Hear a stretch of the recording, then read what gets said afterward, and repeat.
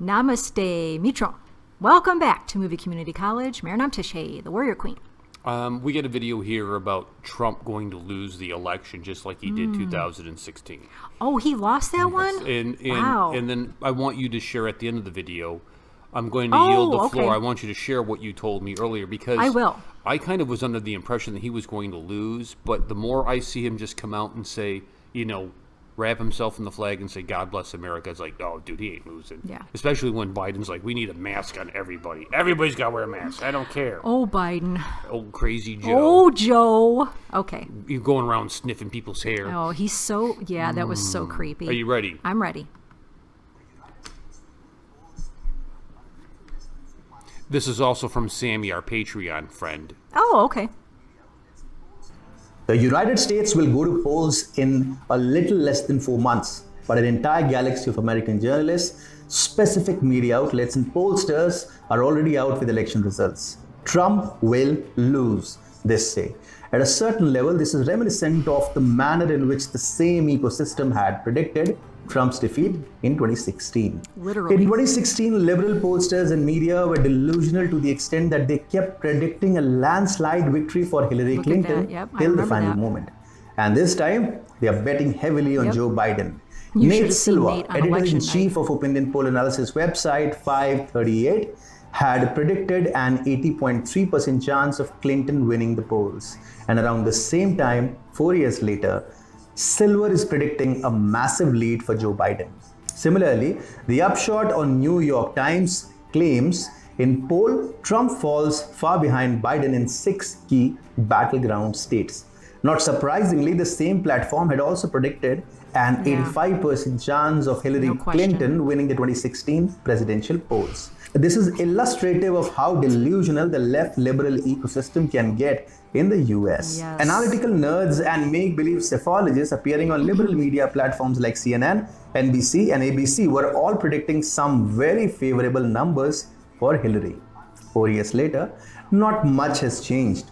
Today, the pro-Democrats media is publishing reports claiming that Biden is gaining almost an unassailable lead over Trump. For Democrats, these polls translate into a sense of overconfidence bordering on arrogance. Even before the 2016 presidential polls, Trump was being dismissed as irrelevant by the Democrats.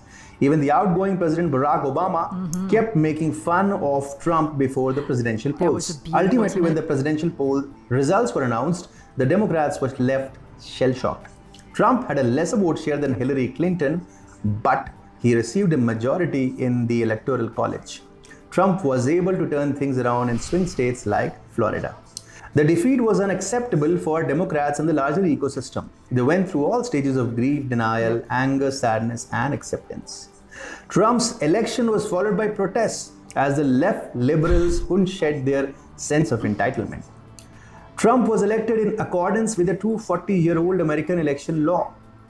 Hillary had herself spoken passionately of the 240-year-old system during the presidential polls campaign, but when she lost, the anti-Trump lobby went bonkers. There were days of protests. The ultra-left-wing protesters proclaimed, "Not our president," in utter disregard of electoral system. Today, Biden is fear-mongering against the prospect of an assertive Trump not stepping down even if he loses. He claims to be absolutely convinced that Trump would refuse to leave even if he still haven't loses. accepted it. But what had happened after the Democrats had lost in 2016? Clinton and many Democrats had not accepted that they lost. Rather, new narratives were being weaved. They blamed the Russians, sexism, the unfairness of a 240-year-old process, and the idea of Trump's post-truth political campaign. In fact, Democrats have a history of not being graceful in defeats. Recount drama and a smear campaign against Trump right from the day that he assumed office dominated the political narrative in the US. Due to the absolute domination of Democrats' perceptions in the American newsrooms, one tends to lose connection with the reality. 2016 being the case in point. But if we sideline what the approval ratings have to say, we would realize that things might actually be going Trump's way. Trump has done what he promised in 2016. In terms of economy, he has imposed steep tariffs on steel production, creating jobs. Similarly, he had promised energy independence and he has delivered. Trump has realized that China is a much bigger threat to the US led rules-based order today than Russia. Yep. He thus engaged China in a major trade war after storming to power. Democrats, on the other hand, cannot get over their narrative against Russia. Resultantly, Yeah. they are going soft on China at a time when such a stand is unacceptable. Biden might actually be considering softening his anti-China stance and walking a fine line on Beijing. On a political level, Trump might have faced a bit of a setback during the coronavirus pandemic. A national lockdown was not enforced, so the number of cases went up, supplemented by some goof-ups and awkward statements. Trump faced outrage from within the US. Limited lockdowns also meant an economic slowdown yeah. that went against Trump. But things have started changing all over again. The Black Lives Matter protests have done more harm than good for the Democrats. As the radical leftist elements hijacked the protests, they soon turned violent. Arson, looting, and vandalism that gripped the United States did not really help matters for the Democrats. Trump himself emerged as a law and order president. The US This guy's has pretty a smart. tendency of tilting towards conservatism every time there are riots or street violence.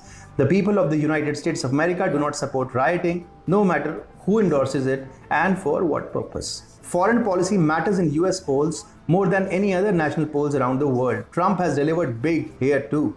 He has kept his promise to not harm American interests and bring the men back home. He has ensured the withdrawal of troops from Syria and Afghanistan after making a deal with the regional powers to ensure that American interests go unharmed. The left liberal ecosystem is brash and loudmouth, as we can see in the American political system right now. But the ones who vote for Trump remain silent and vote overwhelmingly when things boil down to the ballot. Trump himself has been relying on this silent majority. Recently, he tweeted, "The silent majority is stronger than ever."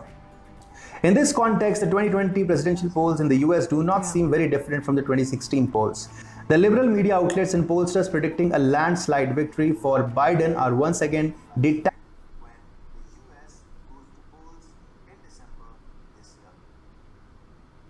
Well, we go to the polls in November. Otherwise, yeah, that was very, very good. So there are always a ton of polls that come out close to an election. And I would like to say that they start at a certain time, you know, like 9 months before an election or 8 months before an election, but the polls never end. From the moment a president is elected, there are more polls going on for the next election, which is 4 years away. So the polls been going on interminably. This year, however, things did dramatically shift once the coronavirus hit. And the Democrats and the liberals have been saying ever since Trump was elected, oh, he's going to lose in 2020. He's going to lose. This is going to be the thing that takes him down. For years, from 2015, when he first announced that he was running, until today, I can't tell you how many hundreds of issues the liberals have said, this is the one that's going to take him down. And so now the issue of the day is coronavirus is the thing that's going to take him down. The riots are the thing that's going to take him down. They think everything is the thing that's going to take him down. And they've got, you know, numerous polls to back them up. However, polls, as we've seen, are often wrong. And so it's important to look at the ones that get it right. First off, Rasmussen reports, they regularly get things right. They were one of the very few that predicted that Donald Trump would win in 2016, and even by the margin that he would win, and he did. Well, there's another, I forget the name of the outfit that has done this one, because it's not a poll per se, it's just kind of a metric that has been used in America since like the 1910s. So it's been around for more than 100 years. And this metric basically looks at not only every presidential election, which is every 4 years, but every congressional election, which is every 2 years.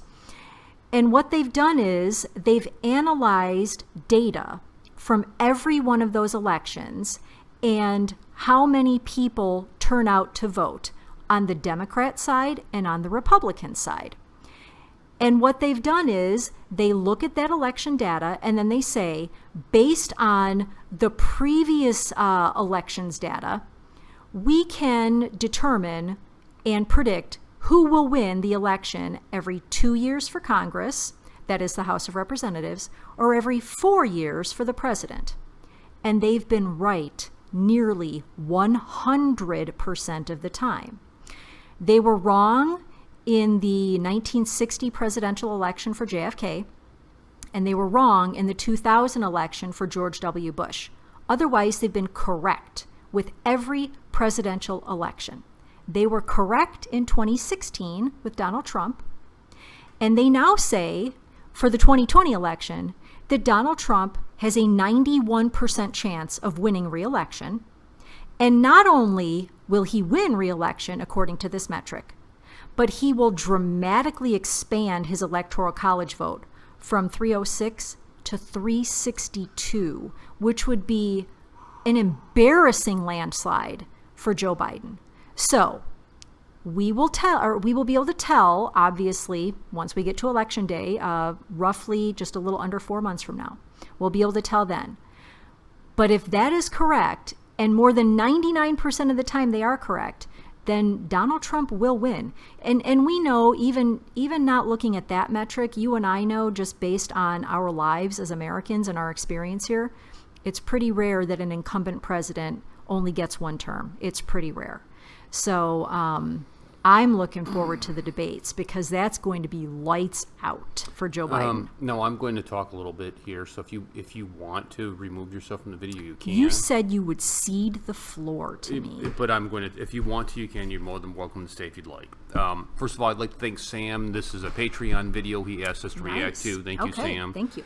And I think what you're seeing here in America, to our Indian friends who watch and they get snippets, what is going on in America is a culture war. And this culture war is getting pretty serious. And the question in America is, who are you going to vote for? Are you going to vote for America and her history and what she stands for and what she was established on?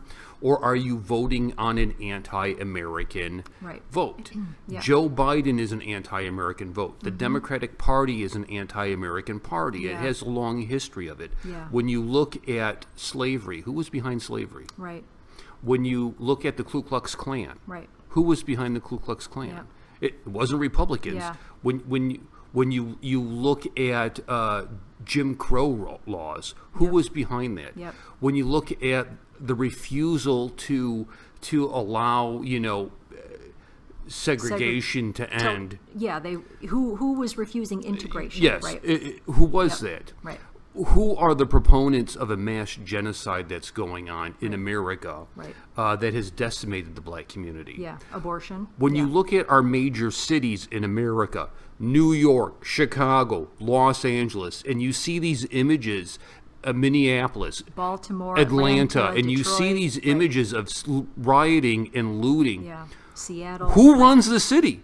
Who runs the city? It's all the same party. And when I hear this talk about, well, it's systemic racism, you control everything in these cities. Who's doing what? Like, I mean, the judges, the mayor, the governor, it's all the same party. And I think this is a very clear time. This is a vote of either you're for or against.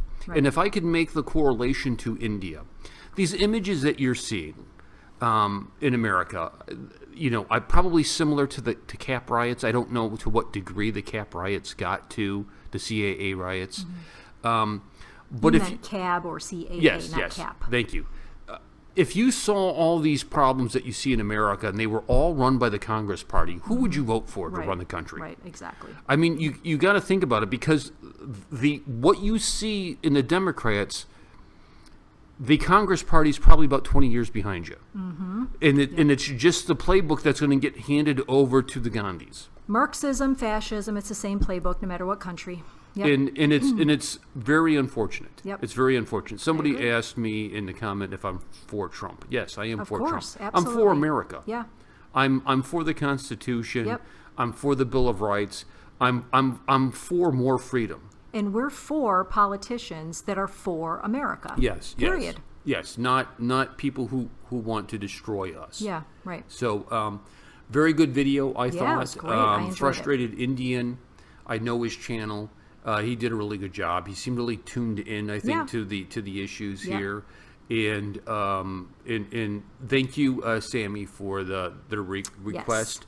And I really appreciate it. We'll catch you later. Bye, friends. Peace and much love. See ya. We'll see you next time. Hello, guys. This is Kareem. I hope you're doing well. And as you know, the professor has resisted Patreon for a long time. But now is the time for Movie Community College to offer Patreon. And you may be asking, why now? Well, for several reasons. One, we want to make documentaries, and those have a cost to them.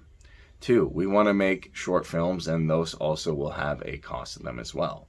Three, we're going to take legal action, all the proper precautions to do reaction videos. So if you're excited about this and you want to get some amazing swag from Movie Community College and some awesome rewards, then definitely help support Movie Community College by checking out the Patreon link below this video.